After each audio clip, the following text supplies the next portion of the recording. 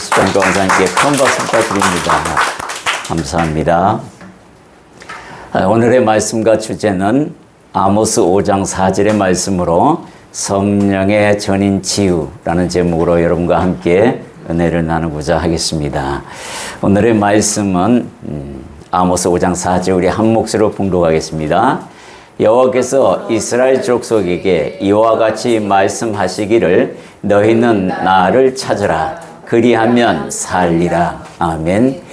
여기에 이스라엘 족속에게 라는 요 부분, 이스라엘 족속이라는 단어를 빼고 여러분의 각자의 이름을 넣어서 읽는데요. 여기서 너희는 아니라 나는, 나에게, 너는 이라는 단어로 바꿔서 그렇게 해서 다시 한번 읽어보겠습니다. 각자 이름을 넣어서 여호와께서 병동이에게 이와 같이 말씀하시기를 너는 나를 찾으라 그리하면 살리라. 아멘. 네. 오늘 주님께서 여러분들에게 각자에게 말씀하시는 것을 주님을 찾으라고 합니다. 주님을 찾으시는 여러분이 되기를 소망합니다. 아멘. 사람의 병들은 말이죠. 특히 죽을 병에 걸리면 제일 먼저 나를 지배하는 놈들이 찾아옵니다. 그 놈이 뭐냐면 첫째는 절망하는 놈이 찾아와요. 내가 왜 이제 큰일 났구나 이런 마음이 들게 되죠. 둘째는 두려움이 찾아옵니다. 공포가 찾아와요. 이렇게 되면 굉장히 심각해지죠. 세 번째는 왜 하필 내게 하면서 불평과 짜증이 몰려옵니다. 네 번째는 마침내 모든 것을 포기하고 싶은 마음이 생깁니다. 이렇게 우리를 사로잡으면서 병이 지배하게 되어버리면 우리는 문제가 심각해지는 거예요. 오늘 주님께서 성령의 전인 치유라는 단어로 저와 여러분에게 말씀을 주십니다. 전인 치유라는 단어의 의미가 뭐냐면 몸과 마음과 영혼, 정신까지 균등하게, 균활하게 회복되면서 건강한 그러한 것을 이야기합니다. 그러니까 영육이 강건해질 수 있는 그것은 오로지 성령의 전인 치유로만 가능하다. 이렇게 풀이할 수가 있어요. 모든 병에는 여러분들에게 지금 방금 얘기했듯이 절망과 두려움과 그리고 짜증과 불평 그리고 포기, 삶에 대한 포기, 열정이 식어가는 이런 일들이 생기게 되는데 이것들을 어떻게 해서 극복하고 어떻게 건강한 삶으로 회복시키는가 이런 것들을 오늘 주님 주신 말씀 안에서 여러분이 찾아가시는 귀한 시간 되기를 소망합니다. 만병의 먼저 원인을 찾아보면 여러분들이 다 알다시피 만병의 원인은 첫 번째가 스트레스가 원인입니다. 스트레스가 원인이에요. 이게 굉장히 큰 원인으로 제공됩니다. 스트레스를 안 받고 살 수는 없습니다. 그죠? 그러나 약간의 스트레스는 인생에 있어서 활력소가 되기도 하지만 여기서 좀 나쁜 스트레스는 건강을 무진장 해치게 됩니다. 심지어 불면증까지 동반해서 마침내 내 건강이 아주 악화되는 일들을 왕왕 보게 되죠. 그 스트레스의 원인이 되는 게 제일 첫 번째가 뭐냐면 불만족이에요. 만족하지 못한 삶을 살 때 스트레스가 시작이 된다라는 거예요. 대표적인 얘기로 열심히 일을 했는데 일한 대가만큼 내가 돈을 못 받거나 어떤 대가를 못 받았을 때 생기는 스트레스. 학생들에게는 열심히 공부했는데 성적이 제대로 나오지 않는 그런 경우. 그럴 때는 스트레스가 진행이 됩니다. 이런 것들을 어떻게 극복할 것인가 라는 게 오늘의 숙제이기도 하고 오늘의 또 해답이기도 합니다. 두 번째는 불안한 마음으로 인해서 이러한 스트레스가 찾아오게 된다라는 거죠.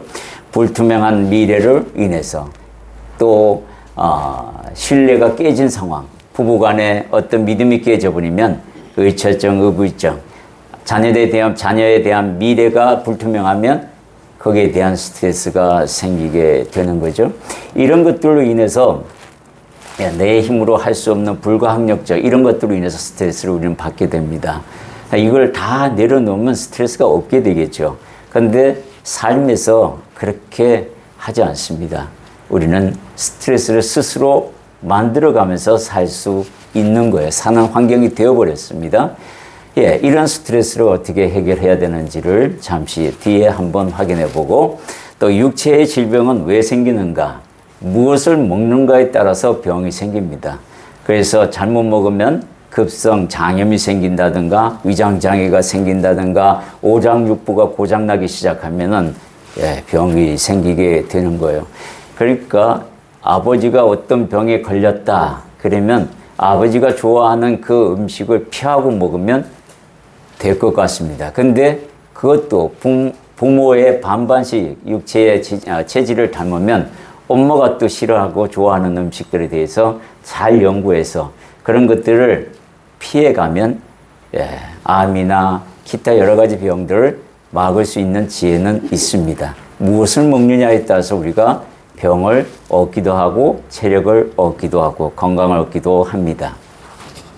세 번째는 유전병이에요. 유전으로 오는 병은 진짜 어쩔 수 할 수 없습니다. 유전병은 누구나 다 갖고 있습니다. 사람이라면 다 가지고 있어요. 단지 잠복기로 인하여 넘어갈 뿐이지 나타나는 사람은 그에게 나타나는 거고 그 사람에게 나타나지 않으면 언젠가는 나타나게 됩니다. 후손들에게. 그래서 유전병은 누구나 다 가지고 있는 병입니다. 소위 말해서 재수 없어서 다 나에게 나타날 뿐이지 후손에게 넘어간다라는 사실이에요. 이걸 우리가 굉장히 의학적으로는 고치기 힘든 병이라고도 합니다. 포기를 하죠. 저 같은 경우도 눈에 대하여 유전병을 가지고 있어서 의학적으로 고치지 못한다고 아예 의사들이 손을 들은 상태에 있습니다. 이런 경우에는 주님이 고쳐주실 수밖에 없는 거예요. 하나님께 매달릴 수밖에 없는 거예요. 세상에 어떤 지식과 의학으로도 과학으로도 안 되는 병인데 어떻게 합니까? 하나님이 고쳐달라고 매달릴 수밖에. 그렇죠? 그 이해를 성경에서 나오는 유전병에 대한 이야기를 한번 몇 가지 다뤄보도록 하겠습니다. 첫 번째는 나면서부터 생긴 안전병이를 고칩니다. 자, 사도행전 3장 2절에서 8절의 내용을 우리가 한 목소리로 봉독해 봅니다. 나면서 못 걷게 된 이를 사람들이 메고 오니 이는 성전에 들어가는 사람들에게 구걸하기 위하여 날마다 미문이라는 성문에 두는 자라. 그가 베드로와 요한이 성전에 들어가려 함을 보고 구걸하거늘 베드로가 요한과 더불어 주목하여 이르되 우리를 보라 하니 그가 그들에게서 무엇을 얻을까 하여 바라보거늘 베드로가 이르되 은과 금은 내게 없거니와 내게 있는 이것을 네게 주노니 나사렛 예수 그리스도의 이름으로 일어나 걸어라 하고 오른손을 잡아 일으키니 발과 발목에 곧 힘을 얻고 뛰어 서서 걸으며 그들과 함께 성전으로 들어가면서 걷기도 하고 뛰기도 하며 하나님을 찬송하니. 아멘. 우리가 사도행전의 첫 번째 기적이 이 기적으로 나옵니다. 왜 이 기적? 마가의 다락방에서 120명의 사도가 성령을 받습니다. 각 사람에게 불의 혀처럼 임했다. 즉 성령의 역사가 시작이 되는데 그 첫 번째 사건이 바로 베드로와 요한 사도가 성전 미문에서 나을 때부터 안전병이로 있던 그 사람을 고치는 역사를 기록하고 있습니다. 이것은 뭐냐면 성령의 역사가 이제 시작했다라는 선포이기도 해요. 사람이 고치지 못한 병을 하나님이 고치기 시작했다. 하나님이 삶 속에서 드디어 함께 일하심을 선포하고 있는 가장 큰 사건 중에 하나입니다. 왜 이 말씀을 좀 더 연구해 보면 이 성전 미문에 앉아있던 이 안전병이는 나이가 꽤 들었을 텐데 왜 예수님을 만나지 못하고 이 두 사람을 만나서 고침을 받을까요? 예수님이 성전에 여러 번 왔다 갔다 했는데도 이 미문에 앉아있는 이 안전병이는 예수님에게 고침받지 못하고 그 제자들에게 고침을 받는 사건, 이런 것들을 볼 때 병을 고침받는 때도 때가 있는 것 같다라는 생각을 은연중에 하게 됩니다. 그런데 하나님께서 이런 부분들에 대해서 질문을 한다 그러면 아마 성령의 역사, 하나님의 영광을 위하여 잠시 예수님께서 고치지 아니하고 그들의 제자들에게 성령의 역사를 시작하기 위한 도구로 사용하시기 위해 그랬을 것이다 라고 추측은 할 수가 있는 거죠. 두 번째, 날 때부터 맹인된 자를 고치십니다. 이 말씀도 요한복음 9장 1절과 또 5절에서 7절 우리 함께 봉독합니다. 예수께서 길을 가실 때에 날 때부터 맹인된 사람을 보신지라. 내가 세상에 있는 동안에는 세상의 빛이로라. 이 말씀을 하시고 땅에 침을 뱉어 지능을 이겨 그의 눈에 바르시고 이르시되 실로암 못에 가서 씻으라 하시니 실로암은 번역하면 보냄을 받았다는 뜻이라. 이에 가서 씻고 밝은 눈으로 왔더라. 성경에서 이렇게 맹인을 고칠 때에 그 고치는 행위와 하나님께서 앞뒤로 설명하시는 것을 두고 여러분들이 자세히 보셔야 합니다. 병만 고쳤다라는 게 중요한 게 아니라 병을 어떤 식으로 고치시며 고치기 전에 무슨 말을 하셨는지를 보시면 그 영적 상태와 우리 이 말씀의 의미와 하나님께서 의도적으로 이렇게 하신 것에 대하여 우리가 어느 정도 깨달을 수가 있습니다. 주님께서 날 때부터 맹인된 이 사람을 고치기 전에 무슨 말을 하시죠? 5절에 내가 세상에 있는 동안에는 세상의 빛이로라. 이 맹인들은 빛을 볼 수가 없어요. 그죠? 영 안에 닫힌 자도 빛을 볼 수가 없다. 이 얘기를 합니다. 예수를 알아볼 수가 없다라는 이야기를 하는 거예요. 영적으로 영 안이 닫힌 자들은 빛으로 오신 예수를 볼 수 없는데 하나님의 말씀에 의해서 그 빛을 보게 된다라는 이야기가 이 안에 함께 가는 겁니다.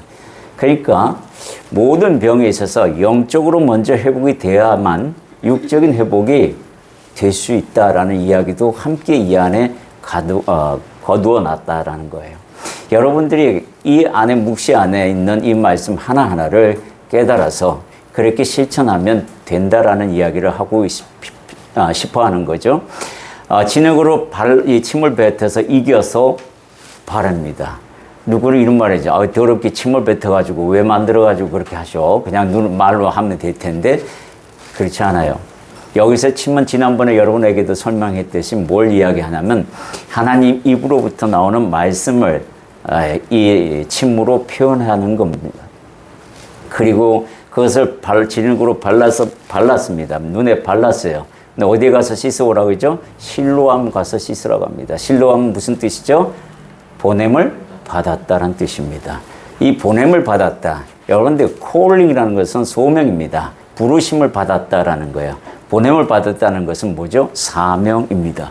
그러니까 내가 사역지에 그 사역지가 가정을 벗어난 여기 교회가 될 수도 있고 선교지가 될 수 있고 일터에서 될 수가 있고 삼터에서 될 수도 있다라는 거예요. 이곳에 가서 복음을 전하고 주의 일을 했을 때 비로소 영에 하나님이 일하심을 밝히 보고 내 영안이 치료된다. 이 이야기를 하고 싶어 하시는 겁니다. 그리고 왜 침을 바를 때 예수님의 손이 닿겠어요? 안 닿겠어요? 닿지요, 당연히. 그럼 무슨 말이에요? 이 맹인된 사람의 마음 상처를 하나님께서 스킨십으로 고쳐주는 겁니다. 누구도 자기 몸에 손대지 않고 부정하다고 멀리 했던 이 사람들과는 다르게 하나님은 그 따뜻한 손길로 얼굴에 눈을 만지면서 그 체온을 느낄 때 이분은 뭐가 다르다도 다르다라는 생각을 하겠죠. 그러니까 그렇게 해서 마음부터 고침받고 그분이 하시는 말씀대로 순종했더니 밝히 보게 되었다. 우리가 영안으로 다 맹인으로 있다가 주님의 은혜 안에서 성령으로 말미암아 이렇게 영안이 밝은 눈으로 이곳에 와 있는 겁니다. 그걸 우리에게 말씀하고 있어요. 유전병은 이렇게 안전병이든 맹인이든 하나님 말씀 안에 보면 일단 영안으로 걷게 되고 보게 되고 영으로 일어서게 되는 역사가 먼저 일어나면 그 모든 것들은 다 해결될 수 있다 이 얘기를 하고 있는 겁니다. 세 번째는 손을 대시며 나병을 고치시는 주님을 보게 됩니다. 자, 마태복음 8장 2절에서 3절 말씀을 한 목소리로 봉독합니다. 한 나병 환자가 나와 절하여 이르되 주여 원하시면 저를 깨끗하게 하실 수 있나이다 하거늘 예수께서 손을 내밀어 그에게 대시며 이르시되 내가 원하노니 깨끗함을 받으라 하시니 즉시 그의 나병이 깨끗하여진지라. 나병 환자들은 손을 대면 전염병이 전염 생겨서 있잖아요. 멀리 하게 되는데 주님은 그에게 손을 댑니다. 여기서도 전인 치유를 하시는 주님의 모습을 봅니다. 스킨십을 하시는 주님. 예. 이런 주님을 우리가 섬기고 있고 모시고 있고 또 그분의 마음을 알아가고 있다는 거예요. 정말 너무나 큰 사랑으로 우리에게 오고 계시는 주님을 보게 됩니다. 내가 원하면 주님께서 이렇게 내 마음을 터치해서 내 모든 병을 고쳐주실 것이다라는 그 믿음이 여러분에게 있어야 해요. 유전병, 고칠 수 없는, 의학으로 고칠 수 없는 병 다 포기했지만 하나님은 포기하지 아니하시고 나면서부터 생긴 그 병들을 다 스킨십으로 마음을 치료하고 병을 치료하시는 주님. 그 주님을 여러분들이 만나시기를 소망합니다. 아멘. 네 번째는 귀신 들린 병이에요. 이 병은 성령이 없는 자들에게 생기는 병입니다. 예, 분명히 말씀드리지만 성령이 계시면 귀신은 들리지 않습니다.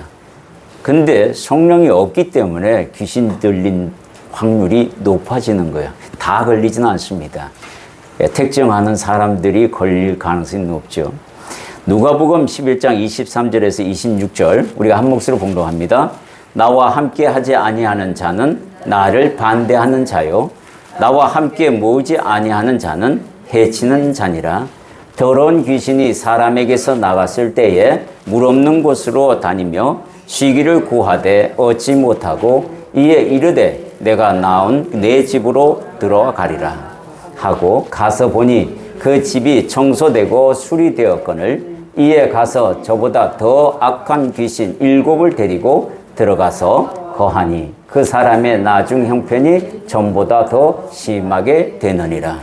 굉장히 무서운 말씀을 하고 계십니다. 근데 이전에 뭐라고 말씀하시냐면 23절에 나와 함께 하지 아니하는 자는, 그러니까 이 귀신 들린 자가 성령이 없기 때문에 이 귀신에게 놀림을 당하고 우스꽝스럽게 그렇게 다 지멋대로 할 수 있는 그런 존재로 타락하고 말았다라는 이야기를 하고 싶어 하시는 거예요.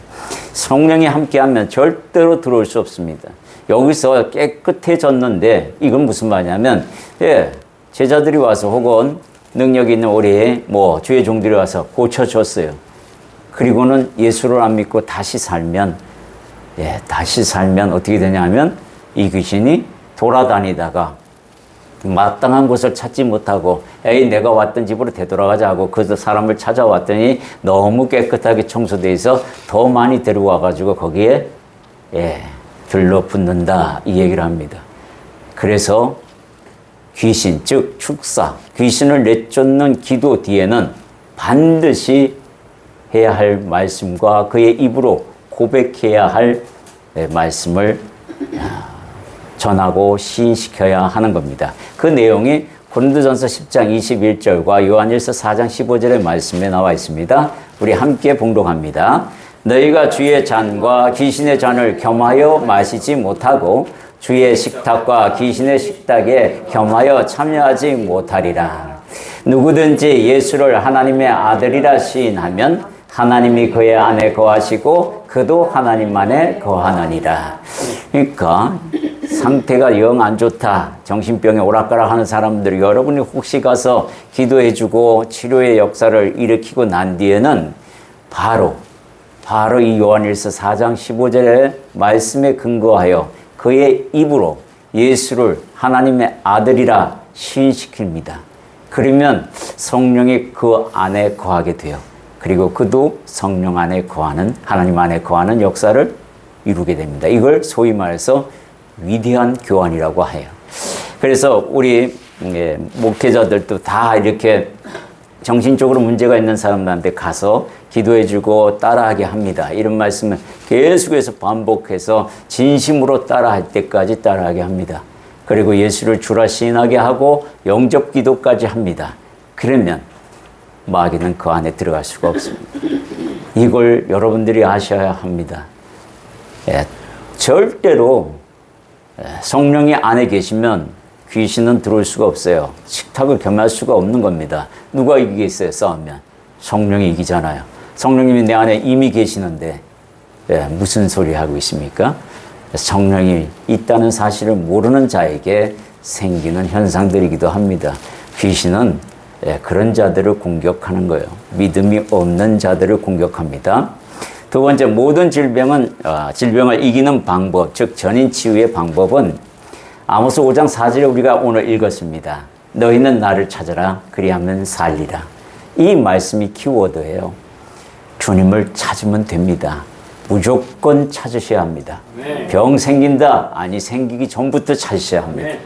네. 첫 번째, 스트레스를 이기는 방법은 뭐냐? 첫째, 두려움을 쫓는 사랑이 있어야 한다는 거예요. 스트레스는 사랑이 없는 자들에게 생기는 현상이기도 합니다. 없다기보다도 부족한 사랑이 있다라는 거예요. 누구에 향하여? 하나님께 향한 사랑이. 그래서 하나님을 잘 못 믿는 거예요.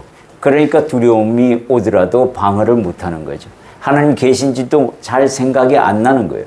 어떻게 해야 될지 방법을 잃어버렸습니다. 그러니까 두려움한데 공격을 당하고 무시를 당하고 지배를 받는 거죠. 요한일서 4장 18절에 보면 사랑 안에 두려움이 없고 온전한 사랑이 두려움을 내쫓나니 두려움에는 형벌이 있음이라 두려워하는 자는 사랑 안에서 온전히 이루지 못하였느니라. 이것은 사랑은 맡기는 거와 함께 가는데 내가 두려운 일이 생겼어요. 그러면 하나님을 콜링하고 부르고 찾아야 합니다. 아이들이 무서울 때 누굴 찾아요? 엄마 아빠를 찾잖아요. 엄마 하고 울잖아요, 애들이. 그죠? 그건 왜 그럽니까?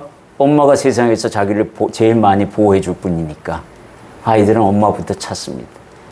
아빠를 찾고 그렇습니다. 근데 왜 우리는 예수를 주라 시인하고 내 아버지라고 하면서도 왜 이럴 때 부르지 않느냐는 거죠. 찾지 않느냐는 거예요. 그거는 뭐냐면 하나님의 사랑을 아직 내가 온전히 못 느끼고 있다라는 생각을 하면 됩니다. 하나님을 향한 사랑이 있다 그러면 두려움이 도망가게 되어 있어요. 이걸 하나 가지고도 우리가 내가 하나님께 향한 사랑이 바른지 부족한지 찾을 수 있습니다. 두 번째는 불안을 쫓는 평안이 있어야 한다라는 거예요. 예레미야 29장 11절에서 13절에 보면 여호와의 말씀이니라 너희를 향한 나의 생각을 내가 아나니 평안이요 재앙이 아니니라. 너희에게 미래와 희망을 주는 것이라. 주님은 우리에게 재앙이 아니라 평안을 주시기를 원합니다. 그런데 재앙이 왜 옵니까? 자연재앙은 우리가 어쩔 수 없습니다. 그 재앙은 하나님께서 피할 길을 예비하셔서 넉넉히 피하게 해주시는 그 믿음이 있다면 피해집니다. 그렇지 않고 다른 그런 불안한 삶에 대해서 불안을 갖고 있다는 얘기는 성령에 대한 믿음이 적기 때문에 생기는 것이다 라는 거예요. 그래서 주님은 13절에 뭐라고 얘기합니까? 너희가 온 마음으로 나를 구하면 나를 찾을 것이요 나를 만나리라. 주님은 틀림없이 말씀하고 있어요. 만나 주시겠답니다. 그리고 내일 일을 지금 끌어당겨서 오늘 고생하지 말라는 거예요. 염려하지 말래요. 내일 일은 내일이 염려하게 만들라는 겁니다. 내일은 누가 만들고 있습니까? 내가 내일에 살지 안 살지 어떻게 알아요? 주님이 오늘 밤에 날 데려가면 내일이란 건 없습니다. 그 내일 올지 안 올지도 모르는 그 내일을 위해서 내가 내 마음을 상하게 한다. 하나님이 원치 않습니다. 내일은 내일을 살게 하시는 그분에게 맡기라는 거예요. 이 맡기는 거 굉장히 중요한 거예요. 저나 여러분이 이게 잘 안 됩니다. 그래서 늘 불안한 거예요. 미래에 대한 불안함. 하나님 앞에 지혜를 구하고 하나님 앞에 평안을 구하면 이 불안은 없어지게 됩니다. 두 번째는 모든 병은 절망을 동반하는데 이를 쫓아내는 미래와 희망. 방금 읽었죠? 이 미래와 희망을 절망을 쫓아내는 도구로 사용하셔야 된다는 거예요. 하나님이 우리에게 미래와 희망을 주시겠다고 분명히 비전을 제시하셨어요. 그것을 믿는 자는 됩니다. 믿지 않고 내가 하려고 하니까 문제가 생기는 거고 절망이라는 놈이 자꾸 칼을 들고 공격을 하는 겁니다. 모든 질병을, 세 번째, 모든 질병을 이기는 가장 큰 약은 기쁨을 회복하는 것입니다. 시편 기자가 51편 12절에 이렇게 말씀하고 있어요. 함께 있습니다. 주의 구원의 즐거움을 내게 회복시켜 주시고 자원하는 심령을 주사 나를 붙드소서. 다윗이 죄를 졌더니 구원의 기쁨이 도망가고 하나님의 징계가 무서워서 슬픔밖에 찾아오지 않는 겁니다. 그래서 그 침상이 젖도록 울어가면서 하나님 앞에 나 지금 구원의 기쁨을 잃어버렸습니다. 내 안에 자원하는 심령을 주셔서 그 구원을 붙들게, 그 구원의 기쁨을 다시 회복할 수 있게 도와주세요. 그 기쁨만 회복하면 모든 질병은 물러갑니다. 그래서 여러분들이 내가 병에 걸려 있거나 병에 대해서 문제가 있다 했을 때 하나님이 나를 어떻게 구원시켰는지, 그리고 그 구원시킨 영과 육에 대하여 생각해보고 기쁨을 회복한다면 이것쯤이야 라는 이야기를 합니다. 할 수밖에 없어요. 예수님은 그 십자가의 그 못을, 여러분 상상을 해보세요. 못을, 이 생사를 뚫어가지고 들어가는데 그 비명 소리가 들리지 않겠습니까? 그보다 더 아픈 질병이 있나요? 창을 갖다 옆구리에 찔러버렸습니다. 그 아픔만큼, 그 통증만큼 여러분 우리가 살아가면서요 그런 건 못 느낍니다. 그 주님이 대신 그것을 다 하셔서 우리를 구원하셨답니다.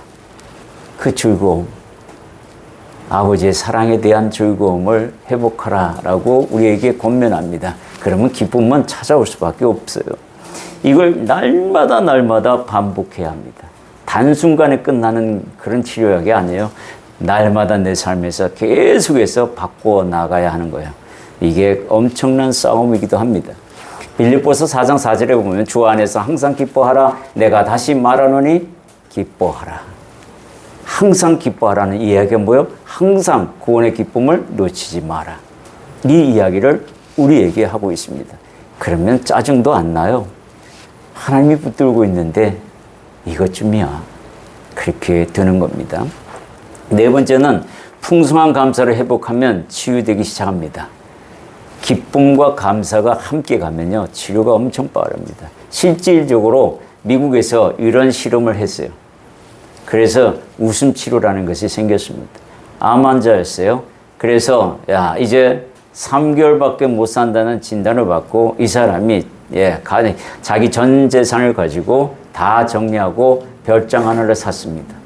그리고 테이프, 개그 콘서트, 우리나라 말로 하면 웃음 치료되는 모든 자료를 다 가지고 가서 하루 종일 그걸 틀어놓고 웃기만 했답니다. 그런데 3개월 뒤에 보는데 병원 가서 보더니 깜짝 의사가 놀라는 게 암세포가 다 사라져 없다라는 거예요. 웃음, 기쁨. 하물며 우리 뇌는 그런 기능을 갖고 있답니다. 하나님께서 우리 뇌를 얼마나 단순하게 만드는지 실제로 소리내서 웃으면, 거울 보고 웃으면 내가 그걸 보고요 진짜 기뻐서 웃는 줄 알고 이 안에서 엔돌핀을 막 쏟아낸답니다. 그래서 치유할 수 있게 만들어 주신대요. 얼마나 감사한지 모릅니다. 골로새서 3장 16절 17절 보면 그리스도의 말씀이 너희 속에 풍성히 거하여 모든 지혜로 피차 가르치며 권면하고 시와 찬송과 신령한 노래를 부르며 감사하는 마음으로 하나님을 찬양하고 또 무엇을 하든지 말에나 일에나 다 주 예수의 이름으로 하고 그를 힘입어 하나님 아버지께 감사하라. 찬양, 감사 이게 있으면, 풍성한 감사가 있으면 병은 물러가게 됩니다. 다섯 번째, 하나님이 회복시킬 것을 믿는 믿음, 즉 신뢰입니다. 우리는 하나님을 의지하고 하나님을 사랑하고 하나님의 말씀에 순종하려고 노력합니다. 고린도후서 4장 7절에서 10절은 우리 한 목소리로 봉독합니다. 우리가 이 보배를 질그릇에 가졌으니 이는 심히 큰 능력은 하나님께 있고 우리에게 있지 아니함을 알게 하려 함이라. 우리가 사방으로 우겨쌈을 당하여도 쌓이지 아니하며 답답한 일을 당하여도 낙심하지 아니하며 박해를 받아도 버림받지 아니하며 거꾸로 틀림을 당하여도 망하지 아니하고 우리가 항상 예수의 죽음을 몸에 짊어지면 예수의 생명이 또한 우리 몸에 나타나게 하려 함이라. 아멘. 여기에 보면은 우리가 이 보배가 뭐죠? 성령님이세요. 성령님을 이 질그릇 안에 모셨다라는 거예요. 이 질그릇이 뭐예요? 육체입니다. 이 육체 안에 모셨으니 우리가 성전이 됐다라고 우리는 입으로 떠들고 믿고 살아가는데 행동은 그렇게 하지 않으면 그게 뭐가 되겠어요? 그죠? 예수의 죽음이 내가 예수 그리스도의 십자가에 2000년 전에 그 십자가 위에 내가 못 박아 내 죄를 내 모든 것들을 내 육체의 소욕을 다 못 박아 죽였는데 근데 다시 살아난 게 육체가 살아나면 됩니까? 주님께서 영으로 부활하셔서 다시 살아나셨을 때는 그 몸이 다 달라졌는데 나는 박은 척만 하면 안 된다는 거예요. 진짜로 예수와 함께 죽은 자는 예수와 함께 부활하게 되어 있습니다. 그것을 이야기하고 있는 겁니다. 세 번째, 성령의 전인 치유를 위한 준비사항이 있어요. 병들기 전에 관리하라는 겁니다. 이게 오늘의 키워드입니다. 여러분들 이거 굉장히 마음에 두셔야 해요. 자, 오늘은 그 방법도 제가 제시할 겁니다. 말씀을 마음판에 새기라. 여러분들 시편 119편 11절에 보면 우리 함께 있습니다. 내가 주께 범죄하지 아니하려 하여 주의 말씀을 내 마음에 두었나이다. 신약과 구약, 즉 말씀의 알약을 여러분들이 하나씩 매일같이 먹어야 합니다. 건강에 좋은 비타민은 여러분들 매일 챙겨 먹잖아요. 그런데 영에 좋은 하나님의 말씀은 매일 챙겨 먹지 않고 읽는 걸로 끝납니다. 읽으면 다시 읽고 다시 읽었을 때에 세네 번 읽었을 때에 그 관심을 정독을 했을 때 우리는 그 의미를 조금씩 파악하지만 정말 좋은 말씀을 마음판에 새기면요, 그 말씀이 어느 날 살아서 움직이는 걸 체험하게 됩니다. 그게 치료약이에요. 일주일에 여러분 암송해서 마음에 두십시오. 오늘 여러분들 읽은 아모스 5장 4절의 말씀을 오늘 일주일 내내 아주 한 절이니까 얼마나 외우기 쉽습니까? 외우시기 바랍니다.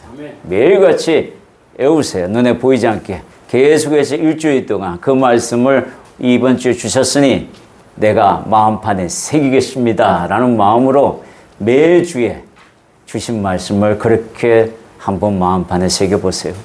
다릅니다. 달라집니다. 인생이 달라지고 성령의 지혜가 나와 함께함을 알게 됐을 때 난 모든 일에 있어서요 부족함이 없다라는 자신감도 생기게 됩니다. 왜요? 전능하신 하나님이 함께하고 있는데 무슨 두려움, 절망, 그렇지만 마귀에게나 주고 나는 평안과 기쁨과 감사로 넘치게 살리라. 그렇게 바뀌는 겁니다. 두 번째는 항상 기도에 힘쓰라는 겁니다.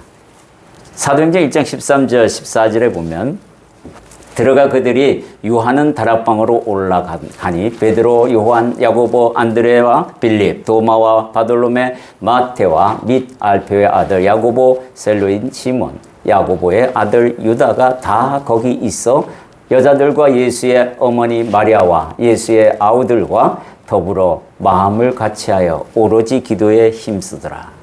기도에 힘쓰는 자는 하나님을 매일같이 부르는 자를 외면하지 않습니다. 하나님 살아계시다 우리가 선포하고 믿고 있는데 그 하나님이 어떻게 외면할 수 있겠어요? 여러분들 그 하나님이 외면하시는 거 그게 기적이지. 그게 있을 수 없는 일이잖아요. 매일같이 기도하는 여러분이 되기를 소망합니다. 세 번째는 오늘의 삶을 뒤돌아보라는 겁니다.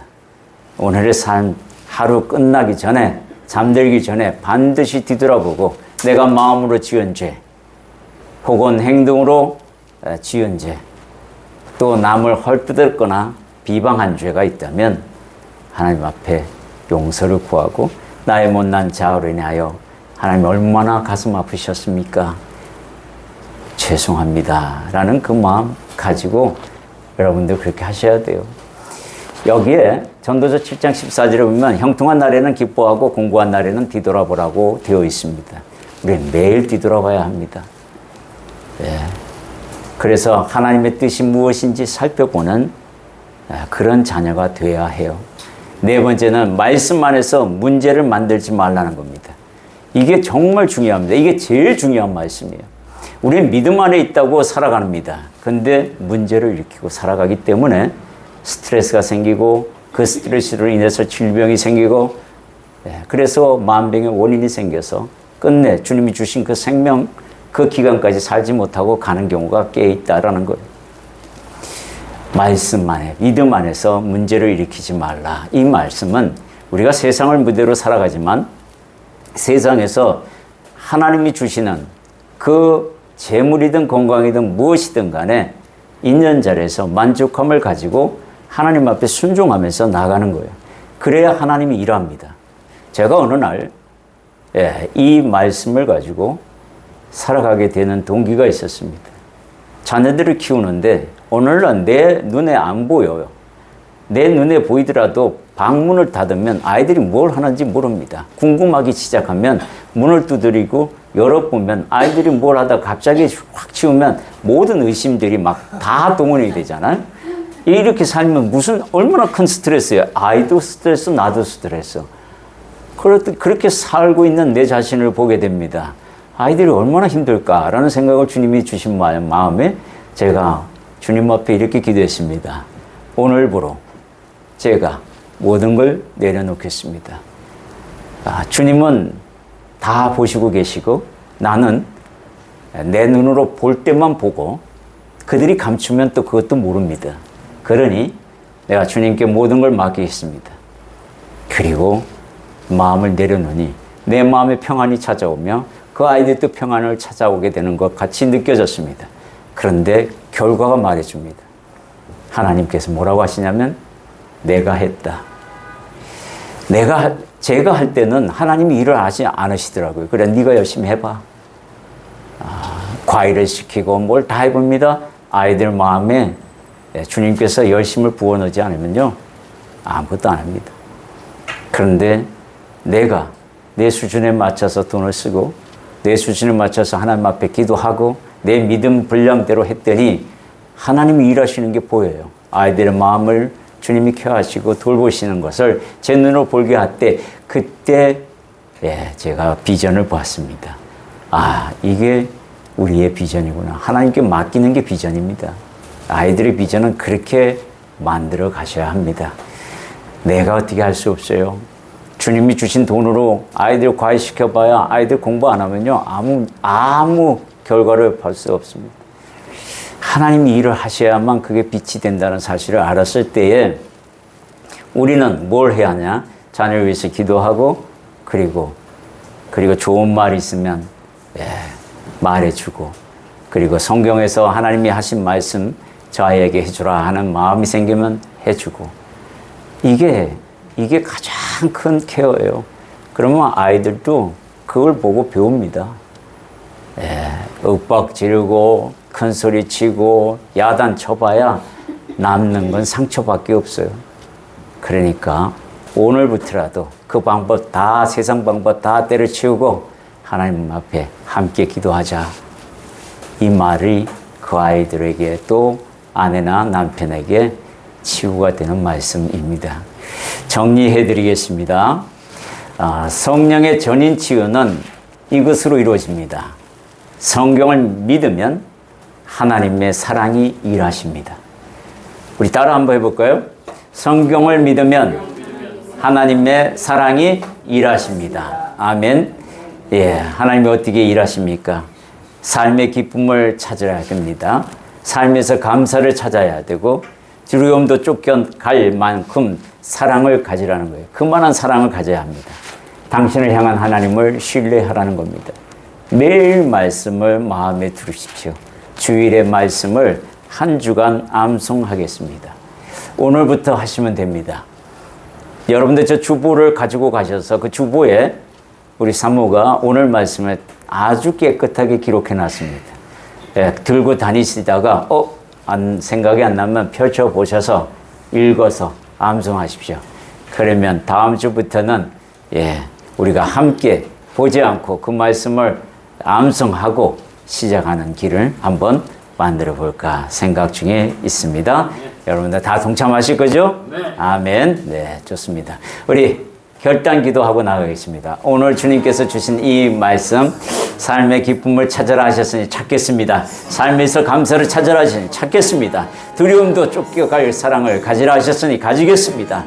주님을 향한 하나님, 그 하나님을 신뢰하겠습니다.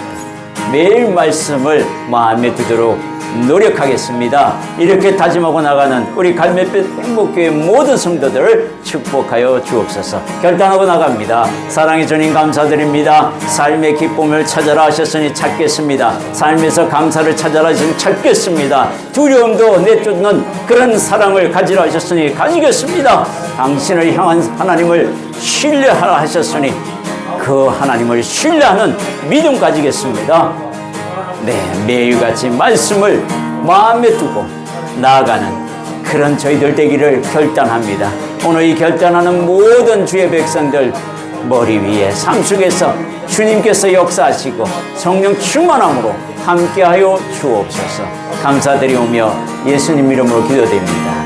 사랑의 주님 감사드립니다. 할렐루야. 오늘 주님 주신 말씀 성령의 전인 치유. 그래요. 주님께서 너희 있는 나를 찾으라. 그리하면 살리라. 아멘. 주님을 찾는 삶으로 이제 변화시켜 나가겠습니다. 삶의 기쁨을 찾으라 하셨으니 찾겠습니다. 삶에서 감사를 찾으라 하셨으니 찾겠습니다. 두려움도 쫓겨갈 만큼 그 사랑을 가지겠습니다. 주님을 향한 하나님을 신뢰하겠습니다. 매일같이 말씀을 마음에 두도록 노력하겠나이다. 결단하고 나가는 주의 백성들 마음속에 삶 속에 하나님께서 함께하여 주옵소서. 예수님 이름으로 기도드립니다. 아멘. 나 맡은 본부는 찬양하겠습니다.